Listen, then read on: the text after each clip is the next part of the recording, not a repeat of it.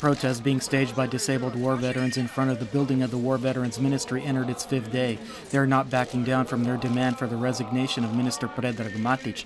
Matic otherwise came to work this morning at 9 a.m. through the main entrance, accompanied by riot police. No incidents were reported, and the demonstrators sang patriotic songs as the minister entered the building.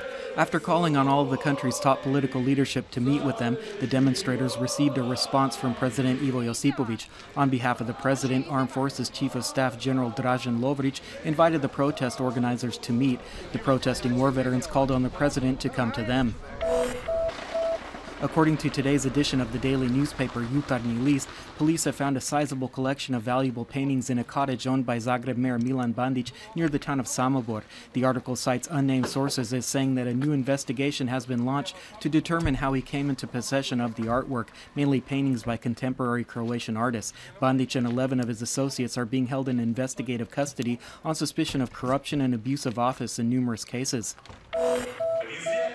In Parliament today, MPs are discussing a report on the work of the Council for Electronic Media in 2013, which is responsible for granting concessions to television and radio stations.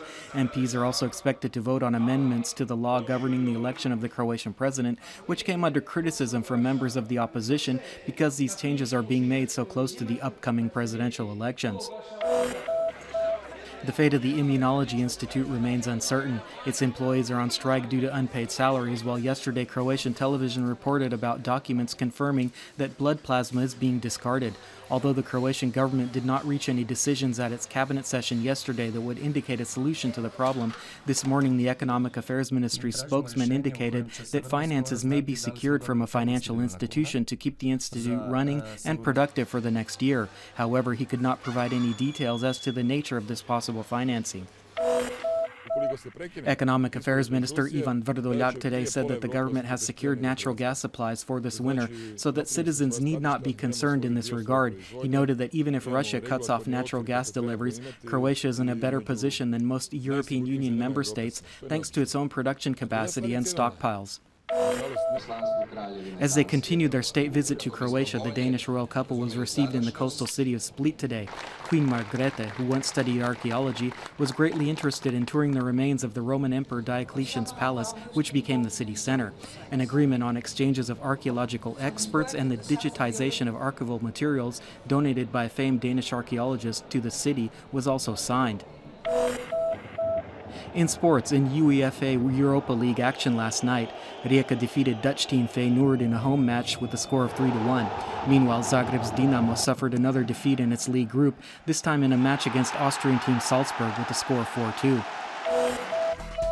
And finally, the weather forecast for the rest of the day.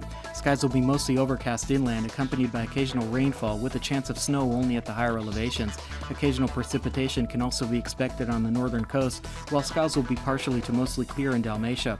Moderate to strong northerly and northeasterly winds will blow inland. Strong bore and northern winds with occasional gale-force gusts will hit the Adriatic coast. The sea will be moderately wavy to turbulent, with higher waves on the open seas. Visibility will be excellent. Today's temperatures will generally range from 7 to 12 degrees Celsius inland and from 13 to 18 degrees on the coast. Skies inland will be mostly overcast tomorrow with isolated rainfall mainly at the higher elevations. From Sunday onward, conditions will become more stable and generally drier, although with cool mornings. Patches of fog can also be expected on Sunday, and fog will be frequent and longer lasting next week. Mainly sunny skies are expected on the coast in the coming days, although windy conditions will persist over the weekend, mainly moderate to strong bore winds.